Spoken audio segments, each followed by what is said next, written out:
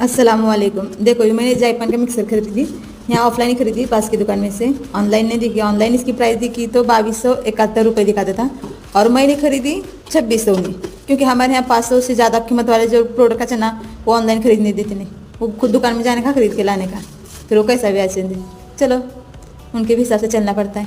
बाकी छोटे छोटे चीज़ें मैं ऑनलाइन खरीदती है, ऐसे मतलब 500 से ज़्यादा वाली कीमत कैसे ना तो नहीं लेती, क्योंकि लेने नहीं देती तो। पर मेरा ख्वाब है मैं एक दिन ऑनलाइन प्रोडक्ट बेचूँ इंशाल्लाह, आमीन लिखो।